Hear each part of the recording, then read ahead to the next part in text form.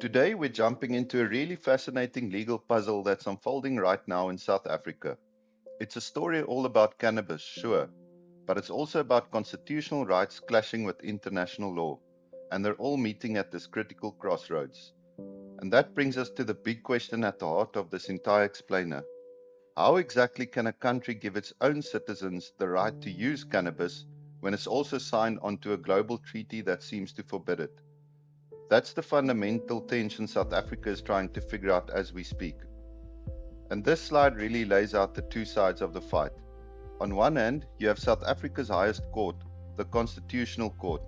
Back in 2018, it said adults have the right to use and grow cannabis in private because the country's own constitution is the supreme law of the land. But on the other hand, you've got the 1961 UN Convention, which tells South Africa it has to limit all cannabis use to only medical and scientific stuff. It's a total direct conflict. So let's start by unpacking this whole situation, which we're calling South Africa's cannabis puzzle. And that's exactly what it is. It's this incredibly complex puzzle with all these different legal, social, and even economic pieces that need to fit together. Okay, so as things stand right now, cannabis in South Africa is officially a Schedule 6 drug. Now, what does that actually mean? It means it's legally treated the same way as a high risk, tightly controlled pharmaceutical. Something that needs intense medical supervision. This classification is a massive hurdle, and it's the very thing reformers are saying just doesn't line up with the science. So, why is there such a big push for change? Well, the case for it is really grounded in two things: hard science and the real world social impact. Let's start with the number, a really powerful number.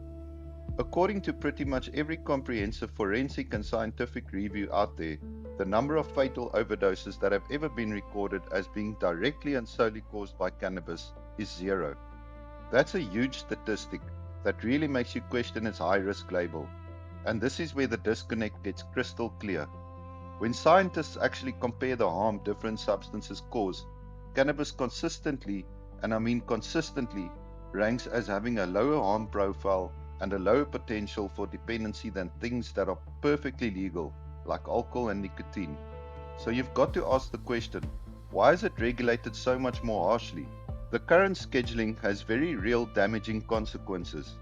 It clashes with constitutional rights to privacy and cultural practices. It basically locks out traditional healers in rural communities who've used cannabis for generations. And if you look at the economics, it just smothers innovation for small businesses and farmers, creating these massive bureaucratic headaches. But here's the thing: South Africa isn't trying to solve this puzzle in a vacuum. Other countries have been in this exact same spot, caught between their people and the treaty. So let's take a look at how they've handled it. It turns out a lot of countries that signed that UN treaty have found some pretty clever ways forward. Jamaica made space for traditional use. Canada flipped the script and said legalization was actually a public health goal. Mexico's Supreme Court just said, sorry, constitutional rights come first. And just recently, Germany rolled out the two-pillar model. So there are absolutely precedents for making this work. Alright, so this brings us to the actual solution that's being proposed for South Africa. And it's not just one quick fix, it's a really carefully designed 5-step legal pathway that's meant to navigate all this complexity. At the absolute heart of this whole situation is a concept called the dual framework model. The easiest way to think about it is like creating two different toolkits for two very different jobs. One toolkit is for the super regulated state licensed pharmaceutical grade cannabis. That's the one that keeps the UN happy. The other toolkit is a totally separate domestic system for private, traditional, and community use. And that's the one that satisfies South Africa's constitution. Two systems, one country. Okay, so how would this actually work? Let's walk through it. Step 1. You keep that strict medical system running. No changes there. Step 2.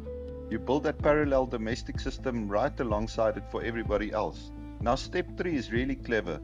You frame community models, think things like cannabis social clubs, as scientific research projects, which is a specific loophole that the UN treaty actually allows. Step 4. You formally state to the world that your nation's constitution is the highest law. And finally, step 5. You file a formal declaration that says, hey, traditional use is a recognized part of our cultural heritage. What's so important to get here is that the strategy isn't about breaking the rules or pulling out of the treaty. It's a really sophisticated balancing act. It's about letting South Africa honor its international commitments while still carving its own path forward. The big vision, the end goal, is to finally create a system that's in harmony. An approach that lets South Africa, through its own constitution, protect public health, honor the rights of its traditional and indigenous communities, and this is the key, still remain in compliance with international law. It's designed to make everyone happy. And there's a quote from the legal analysis that just sums it up perfectly. It says, this approach offers a lawful, principled, and internationally defensible pathway, harmonizing domestic justice with global responsibility. It's just a powerful way of saying this plan is both smart and fair. And all of this leaves us with one last big provocative thought. This whole thing isn't just about South Africa. If this innovative dual framework model actually works, could it become the new blueprint for countries all over the world that are wrestling with the exact same puzzle? It's a really fascinating question to think about as we watch the story continue to unfold.